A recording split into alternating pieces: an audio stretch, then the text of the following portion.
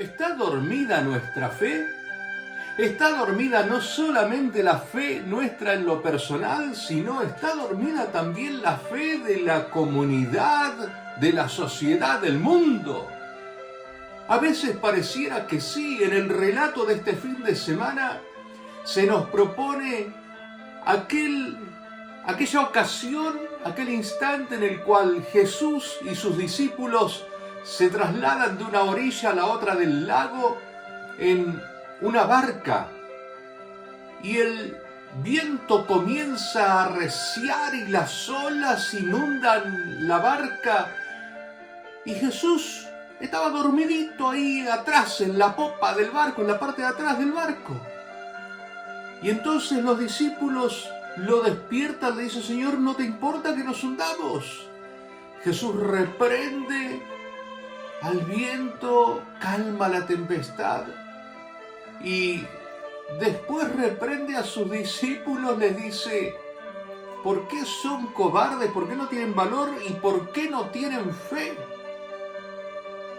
Y los discípulos quedaron asombrados.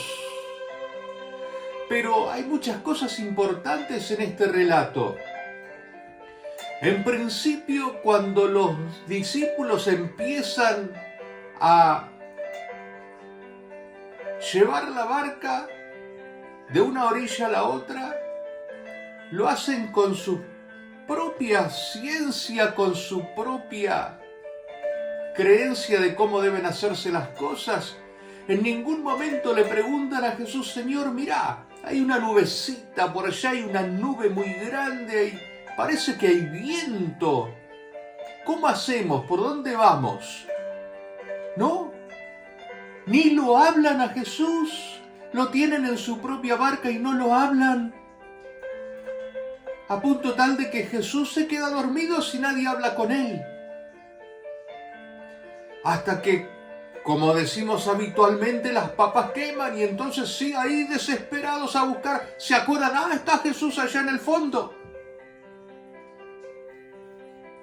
Y van y lo despiertan. ¿Cuántas veces nos pasa esto a nosotros? Que hacemos las cosas a nuestra manera, aún las cotidianas, y no tenemos ese minutito para hablar con Dios y decirle: ¿estoy haciendo bien las cosas? ¿Cómo te parece que haga esto? ¿Cómo te parece que haga lo otro? Mirá que hay algunas nubes en mi camino, que hay un viento que no me deja avanzar, hay olas que me empujan. Y no lo hablamos con Dios. Pensamos que nosotros mismos, por nuestras propias fuerzas, con nuestra propia sabiduría, con nuestro propio talento, podemos salir adelante. Y lo tenemos ahí olvidado en el fondo a Dios. Y cuando las papas queman, cuando ya no sabemos más qué hacer, ahí recién nos acordamos y vamos y decimos, tal vez como dijeron los discípulos, porque lo primero que a veces surge no es el pedido: Señor, discúlpame que no hablé con vos antes, discúlpame. Tendría que haber hablado con vos, haberte preguntado, ¿no? Tampoco decir: Señor, mirá, estoy en problemas, ¿cómo puedo hacer? No. ¿Qué hicieron los discípulos? Recriminarle a Jesús. Se habían olvidado de él, lo tenían ahí en el fondo de la barca. Y lo primero que hacen es recriminarle. ¿No te importa que nos hundamos? ¿Y cuántas veces hoy en día escuchamos frases similares? Que a Dios no le importan las guerras, los que sufren en la guerra. No le importan los que tienen hambre, no le importan los desnutridos, las desigualdades. ¿A Dios no le importan? ¿O será que, como aquellos discípulos, ninguno de nosotros, ni las comunidades, ni las sociedades, ni los dirigentes, le consultan a Dios, y por eso el mundo está como está, sumergido en todo esto? Y lo culpamos a Dios, cuando Dios nos da libertad para hacer su voluntad o hacer lo que a nosotros nos parezca. Y así nos va. Este mundo que muchas veces se jacta de ser agnóstico, ateo, de ridiculizar a la gente de fe, decir que son anacrónicos, cosas del pasado. Y en medio de este mundo, no es que no le importe a Dios, ¿sabes qué? Dios sufre, porque Dios, como Jesús, se compadece, es decir, pasa con cada uno de nosotros. Las enfermedades que nos tocan le duelen, el hambre de los niños le duele, la injusticia del que no tiene trabajo, sustento, del que no tiene lo necesario, le duele, lo sufre,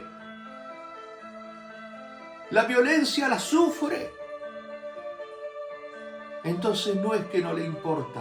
Por eso Jesús, lo primero que hace cuando lo despiertan, y a pesar de que le decían, Señor, no te importa, lo primero que hace es solucionarle los problemas. Calma el viento, calma el mar, calma esa tempestad. Calma toda aquella cuestión que los preocupaba. Cuando nosotros nos acordamos que tenemos a Dios, aunque sea que nos acordemos en algún momento difícil, ay sí, yo me acuerdo que en algún momento sabía rezar, sabía orar, sabía leer la Biblia. Bueno, volvamos a Dios en esos momentos también. Y lo primero que hará Dios es buscar la solución, ayudarnos, confortarnos, ayudarnos a ver con mayor claridad. Y después, claro, Jesús les dice, les hace falta valor, les hace falta fe. Y a lo mejor a nosotros también nos hace falta valor para cambiar las cosas que podemos cambiar, para llegar a denunciar las cosas que están mal, aquello que está en contra de la voluntad de Dios. Nos hace falta valor para decir soy cristiano, para decir Dios dice que hagamos las cosas así y no así. Y nos hace falta fe. Fe. Este mundo ha perdido la fe. Y nosotros tenemos que sembrarla, aún en lo poquito, que Dios hará el resto. Porque Jesús iba en la popa, en la parte de atrás, pero ¿sabes qué? La parte de atrás del barco no es la menos importante. ¿Sabes qué? La parte de atrás del barco es la que le da la estabilidad y la maniobrabilidad al barco. Y ahí estaba Jesús, ahí va a estar siempre Dios, en la parte de tu vida donde se equilibra y se maniobra, se estabiliza en todas las cosas. Solamente tenés que hablarlo, saber que ahí está esperando esa palabra, no el reproche, no, sino que a ese Jesús que lo tenés dormido a lo mejor, vaya a saber por el paso del tiempo, de los años, por alejarte, no sé por qué cuestiones, ese Jesús siempre está. Así que propongámonos ponerle atención a ese Dios que está esperando que nosotros nos acerquemos, porque Él está ansioso de ese acercamiento. Sepamos hablar con Él, encomendarle en sus manos todas nuestras acciones, y entonces ni siquiera hará falta toparnos con tempestades, con vientos, con huracanes en la vida. Todo irá más tranquilo, más calmo, porque el Señor le da estabilidad y maniobrabilidad a nuestra vida. Pero no lo dejemos dormido, no dejemos dormida nuestra fe. Y que Dios nos bendiga a lo largo de toda esta semana.